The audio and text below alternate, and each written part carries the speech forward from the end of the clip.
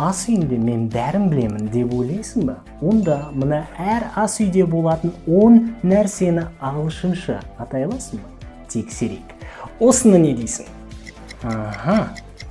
Бұл деген calendar. Мынау ше? Әр қазақ білу керек, бұл rolling pin. Мынаны не дейміз? Бұл деген measuring cup. Келесі?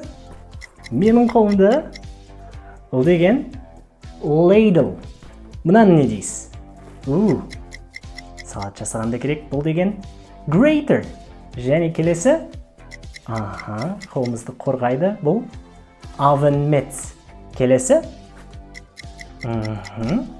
Бұны енді білуіңіз керек, бұл cutting board. Мынаны не дейміз? Бұл деген whisk. Келесі?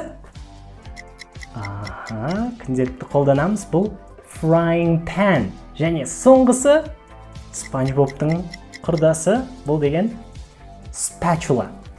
Осылардың нешеуін білдіңіз, пікірге жазыңыз және күнде ағылшын үйрену үшін осы парақшаға тіркеліңіз.